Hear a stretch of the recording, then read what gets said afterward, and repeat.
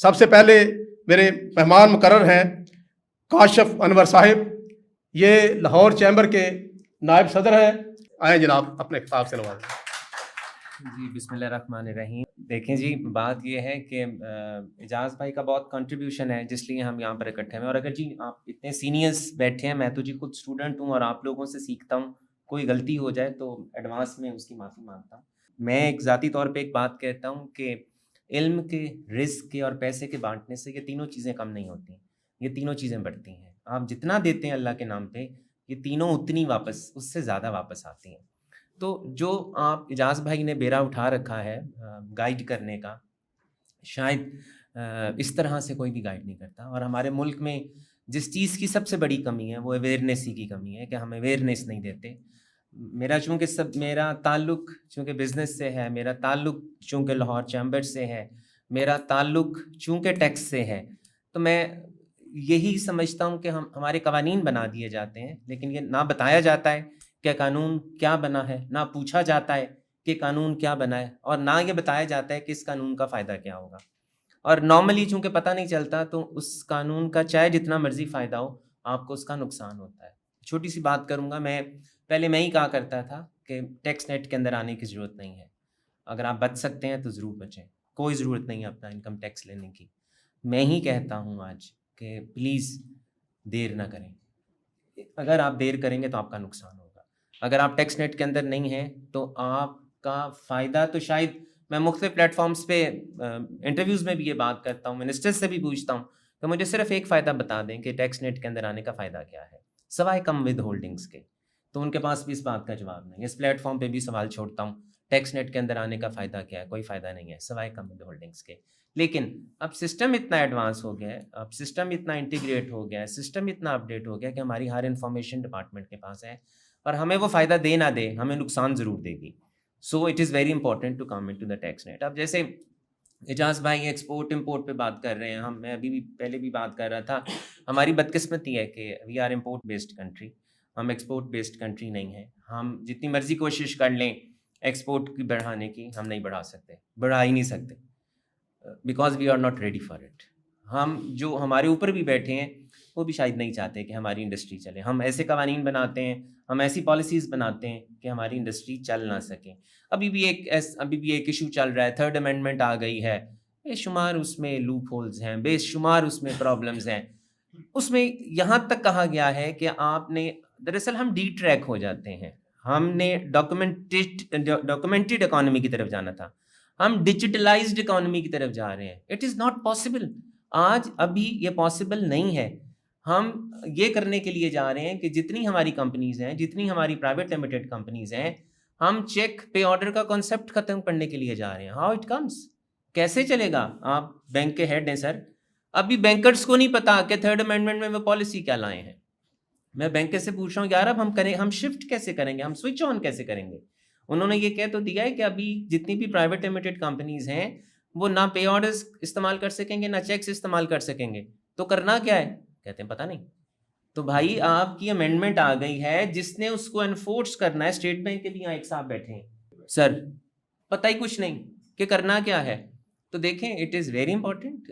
میں بہت ٹائم نہیں لوں گا، لیکن میں اعجاز بھائی کی جتنی بھی کاوشیں ہیں اس کو ضرور خراج تحسین پیش کروں گا کہ بانٹنے والے تو بہت کم ہیں. ہم میں اتنا جگرا ہی نہیں ہے کہ ہم بانٹ سکیں.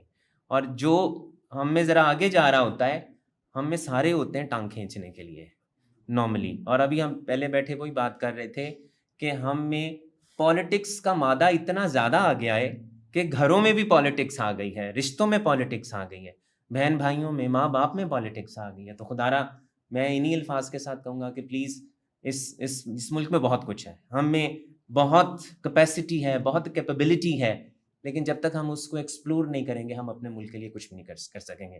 With these words, thank you very much.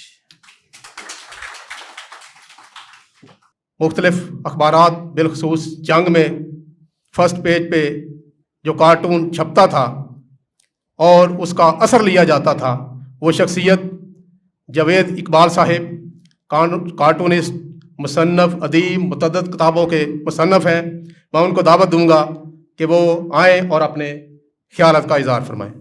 جی السلام علیکم جی.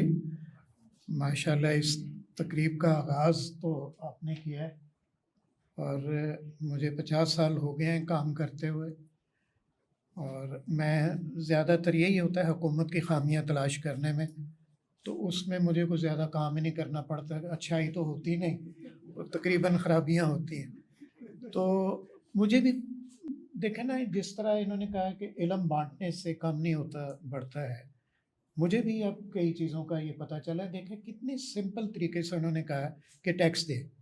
پہ ہم کہتے ہیں کیوں ٹیکس دیں, وہ تو اس کے کھاتے میں آ جائیں گے. اور وہ یہ میرے ایک دوست تھے وکیل خان صاحب انکم ٹیکس کے, تو شروع میں میرا خیال ہے ٹیکس بھی کوئی پتہ نہیں 250-300 کا ہوگا, تنخواہ بہت تھوڑی تھی, پہلے بہت تھوڑی ہوتی. تو میں نے ان کے پاس گیا تو سارے سفارش کرنی تھی جی, یہ نوٹس ہے اس کو. انہوں نے کہا جاوید میں تمہیں ایک بات بتاؤں, وائٹ منی اپنی اسٹرینتھ بناؤ. یہ جو ٹیکس ہے نا, یہ تم پھر ایک سٹیج پہ آ کے تمہارے پاس جو پیسے ہوں گے نا, تو وہ تم چھپاؤ گے نہیں, تم دیدہ دلیری سے خرچ کرو گے. اچھا, ان کی بات مجھے سمجھ نہیں آئی تھی جتنی ان کی مجھے سمجھ آئی ہے بات. تو ماشاءاللہ قاسم شاہ فاؤنڈیشن جو ہے, انہوں نے یہ چھوٹا سا جو ہال ہے, میرا خیال ہے یہ حال جو ہے یہ ہونا ہی کوالٹی کے لیے ہے, کوانٹٹی کے لیے نہیں ہے. تو یہ تیسری تقریب ہے میری, اور اتفاق سے وہ کتابوں کی ہے. یہ جو کتاب ہے میرے خیال کے مطابق یہ حاصل اصول ہے. یہ جو اس طرح کی تقریبات جو ہیں کہ امپورٹ اور ایکسپورٹ جو ہے, جس طرح انہوں نے کہا کہ ہم امپورٹ بیس ہیں, ہم فخر سمجھتے ہیں. میں انڈیا گیا تھا آج سے 40 سال پہلے, تو مجھے ان کی ایک دیکھیں, دشمن جو بات اچھی کرے اس کو ہمیشہ فالو کرنا چاہیے. تو میں نے دیکھا کہ وہ نیشنلسٹ ہیں, اور انہوں نے ثابت کیا کہ اب تو خیر ان میں بھی چیزیں آ گئی ہیں, اسمبل ہو رہی ہیں, لیکن وہ ان میں وہ چیزیں بنانی شروع کر دی ہیں, خود بناتے ہیں. تو ان کی جو گاڑی تھی اس میں بیٹھ کے یہ نہیں پتہ چلتا تھا یہ ٹینک ہے یا گاڑی ہے. تو ہم نے کہا یار یہ کیا چیز ہے. ان کے منسٹر بھی اس میں بیٹھے تھے. ہم جو ہے ہم نے عادی کر لیا اپنے آپ کو آسائشوں کا, اور اس کے بعد اللہ بھلا کرے لنگر خانے اور جس طرح آپ کرتے ہیں, اب لوگوں نے گھر پکانا چھوڑ دیا ہے. اب وہ سونگتے پھرتے ہیں کہاں پہ لائن لگی ہوئی ہے. وہاں اچھے خاصے لوگ سفاری سوٹ پہنے اور اسکوٹر پہ ہیں تو کھڑا کر کے دور سے لائن میں لگ جائیں گے. یہ جو ہمارے ہاں ایک کانسیپٹ ہے, ہم نے میرے خیال ہے کہ ایز اے نیشن ہم نے انا اپنی ختم کر دی ہے. حالانکہ اسلام میں یہ جو مانگنے کا ہے, یہ جو ہاتھ پھیلانا ہے, اس سے معیوب بات کوئی نہیں. آپ ہمیشہ ہاتھ اوپر رکھیں. تو یہ جو چیزیں ہیں, یہ امپورٹ ایکسپورٹ کی بات نکل گئی ہے 5 منٹ, تو کچھ بھی نہیں ہوتے. اس سے اچھی باتیں تو ہم نے اتنی خوبصورت باتیں ہو رہی تھیں, میرا خیال تھا آپ وہی ریکارڈ کر لیتے نا, جیسے انہوں نے, ان کی بھی میں بڑے غور سے سنوں گا باتیں. تو امپورٹ ایکسپورٹ جو ہے میرے خیال کے مطابق ہمارے ہاں ہر طرح کا پوٹینشیل ہے. ہم اگر حکومت تھپکی دینا, یقین مانیں کہ چھوٹے چھوٹے آئٹم بم بنا لیں ہم گلی محلوں میں, لیکن ہم تھپکی نہیں دیتے. جس طرح انہوں نے کہا کہ ہم ٹانگیں کھینچتے ہیں. مجھے یہ بتایا گیا تھا, میں چائنا گیا تھا 93 میں, مجھے بعد میں بتایا انہوں نے کہ اس قوم نے کیوں ترقی کی ہے, سائیکل وہ چلاتے ہیں. پورا جو مرغا ہے وہ اس کی جو گردن اور پاؤں جو ہم پھینک دیتے ہیں, اس کو ابال کے انہوں نے سوپ کا نام دے دیا ہے. گوبھی کا پھول ہے, اس کا ایک ڈنڈل ہوتا ہے جس کو ہم کاٹ کے تو پھینک دیتے ہیں, اور وہ سارے جو وہ گوبھی کا پھول ایکسپورٹ کر دیتے ہیں, اس کی جو باقی کی چیزیں ابال کے پیتے ہیں. یہ ہے نیشن, یہ قومیں ہیں. ہم جو ہیں ہم گھر بیٹھے کہتے ہیں کہ جی کہیں سے بس مرغا آ جائے نا, روسٹ پورا, تو مزہ آ جائے. تو یہ تو پتہ نہیں ہم کھا کے آئے. خائر صاحب لنچ پہ آج لیٹ آئے ہیں, میں جو 20 منٹ لیٹ ہوا نا وہ ان کی وجہ, تو جم خانہ میں بیٹھے ہوئے تھے ہم. تو ہم ہر لحاظ سے ہماری جو قوم ہے نا بہت زبردست ہے. جتنے ان پڑھ لوگ ہیں اتنے ہی زیادہ ذہین ہیں, یہ میں آپ کو بتاؤں, یہ میرا تجربہ ہے. اگر ہمارے ملک میں صرف پرائمری کی تعلیم مسٹ کر دی جائے ہمیں کوئی ضرورت نہیں PhD BA FA کی کوئی ضرورت نہیں. صرف جو بندہ کاریگر ہے اس کو یہ پتہ چل جائے یہ ہیزرڈ ہے, یہ چیز میں نے یہ نہیں کرنی, چھوٹی چھوٹی جو چیزیں پڑھ لے, حساب کر لے. یہ ہے ہماری قوم, 22 کروڑ لوگ, بلکہ میرا خیال ہے جو ہی میں بات کر رہا ہوں اس میں سے کئی اضافہ ہو چکا ہوگا. تو یہ جو امپورٹ اور ایکسپورٹ جو ہے, میں نے تو اجاز صاحب سے کہنا کہ اگلی کتاب آپ صرف ایکسپورٹ پہ رکھیں, امپورٹ کی چیزیں ختم کر دیں کہیں سے, تاکہ لوگوں کو یہ نہ پتہ چلے کیسے کرنی ہے امپورٹ. تو یہ جو ہے نا ایکسپورٹ اورینٹڈ جو چیزیں ہیں, مجھے کسی نے بتایا کہ جی چائنا نے کیوں ترقی کی ہے, ان کے پاس بہت بڑا ایکسپورٹ راج ہے. تو وہ جو بندہ ہے وہ حکومت کے پاس جائے گا, جی مجھے فیسیلیٹیٹ کریں کسی بھی چیز میں, وہ چاہے بجلی میں کر دیں گے یا کسی چیز میں, وہ کہیں گے ایکسپورٹ کا آرڈر آپ نے کینسل نہیں کرنا, آپ نے کمپیٹ کرنا. تو یہ جو چیزیں ہیں یہ بہت بڑا یہ ثواب کا کام کر رہے ہیں اعجاز صاحب. میں نے ان کو ایک جگہ دیکھا تھا, پتہ نہیں کتنے سال پرانی بات ہے, تو میں نے کہا تھا یار یہ بندہ جو ہے نا یہ کچھ کوئی ایسا انوکھا کام کرے گا, اس کی آنکھیں بتا رہی ہیں, کیونکہ میں کارٹون بناتا ہوں نا تو میں نے صرف چہرہ دیکھنا ہوتا ہے. تو میں سمجھتا ہوں کہ جو بندے کے اندر اس کی پرسنالٹی ہے اس کا انڈیکس اس کا فیس ہے. جتنا خوبصورت ضروری نہیں کہ خوبصورتی ہو, وہ تو اللہ کی دین ہے. ذہانت اور کچھ کرنے کی جستجو جو ہے وہ چہرے میں اللہ تعالیٰ نے دی ہوتی ہے. تو میں نے اعجاز صاحب کو کہا تھا کہ یہ ضرور کوئی کام کریں گے, تو آپ نے میرا مان رکھ لیا. اور میں زیادہ ٹائم نہیں لوں گا, میں اویئرنیس کے لیے آیا ہوں. آپ لوگوں کی باتیں میں سن کے زبردست کام تخلیق کروں گا کہ اللہ کرے کسی کو سمجھ آ جائے, تو شاید کو کسی لوگوں کا بھلا ہو جائے. میں بہت مشکور ہوں اعجاز صاحب کہ مجھے آپ نے اس قابل سمجھا. بہت بہت شکریہ.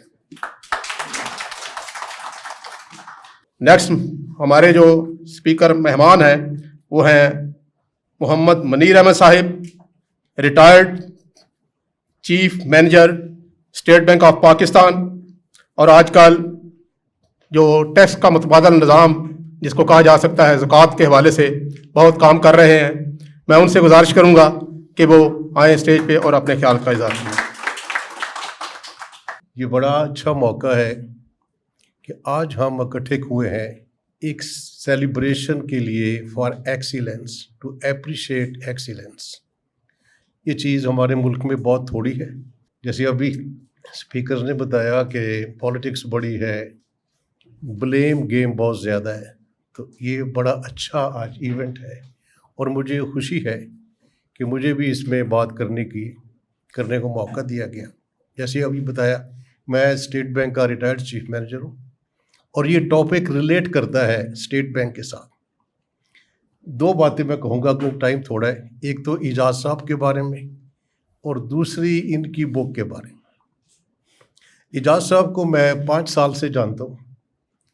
ایک ورکشاپ میں ان سے ملاقات ہوئی تھی تو بتایا کہ یہ ایکسپورٹ امپورٹ پر لیکچرز دیتے. اس کے بعد یہ مجھے اپنے ایونٹ سے آگاہ کرتے رہے. کبھی تو یہ اسٹیٹ بینک کا فنکشن ہے, اسٹیٹ بینک کا ٹریننگ پروگرام ہے, وہاں لیکچر دے رہے ہیں.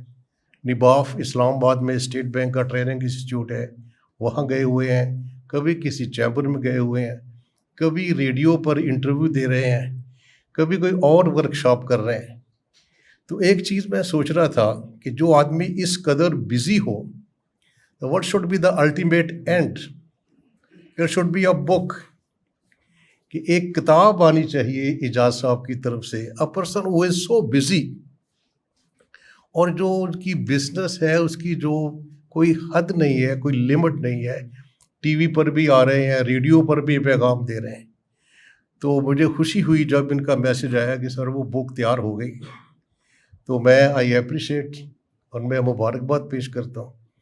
اور ایک اقبال کا شعر ان کے نام کرتا ہوں. اقبال کے میرا شوق, میرے 2 شوق ہیں الحمدللہ. I am a senior citizen retired officer of state bank. علامہ اقبال اور سیرت نبی صلی اللہ علیہ وسلم. تو علامہ صاحب کا ایک شعر کا مصرع ہے, معجزہ فن کی ہے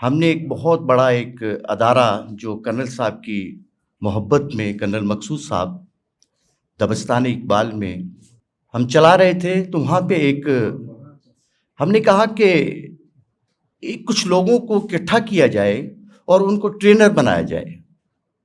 اور جیسے کہ اکثر ہوتا ہے کہ ہم وقتی طور پہ موٹیویٹ کر دیتے ہیں لوگوں کو اور سٹیج پہ لا کر کے کھڑا کر دیتے ہیں. یہاں پہ دنیا میں شاید آپ کو علم نہیں ہے کہ موت کے بعد سب سے بڑا جو فیئر ہوتا ہے وہ سٹیج پہ آ کے بات کرنا ہے. 5000 جو دنیا کے فیئرز ہیں، جو خوف ہیں، جو فوبیاز ہیں، ان میں سب سے جو موت کے بعد جو سب سے بڑا فوبیا ہے وہ سٹیج پہ آ کے بات کرنا. تو سٹیج پہ آ کے تو لوگ بات کرنا سیکھ جاتے ہیں، لیکن سوال یہ تھا کہ وہ بات کریں گے کیا؟